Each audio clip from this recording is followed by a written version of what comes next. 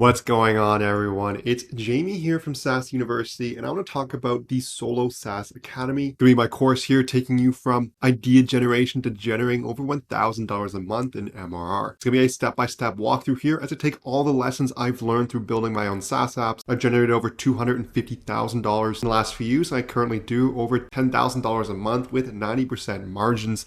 I've got to leave my life as an accountant, being an auditor, something that I really didn't like. I used to dread getting up in the morning to go to work. Now I've had to learn SaaS the hard way. I read countless of books and articles. I also consumed hundreds of podcasts at 3 times speed to absorb as much knowledge as possible. And then I went and applied those lessons to my SaaS business to see what really worked and saw what was useless. So what I want to do with this course is share my knowledge with you. Take everything I've learned over the last few years and make it in a really easy to understand video course. We're going to talk about all the components you need to get up and running with your very own SaaS company.